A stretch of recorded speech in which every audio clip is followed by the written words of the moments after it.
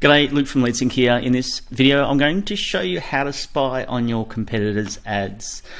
Now, I'm suggesting this as a technique more for smaller businesses who might not have had much of a budget for testing for Facebook ads. So quite often you can find larger businesses with larger budgets who've spent a lot more time testing, so you can see what's working for them. So the first thing you can do is, from your Facebook account, go to Marketplace and then type in a search term that you think might bring up your competitors' ads.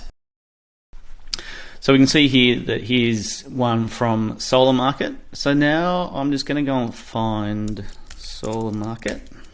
There we are there. And I'll click on their page.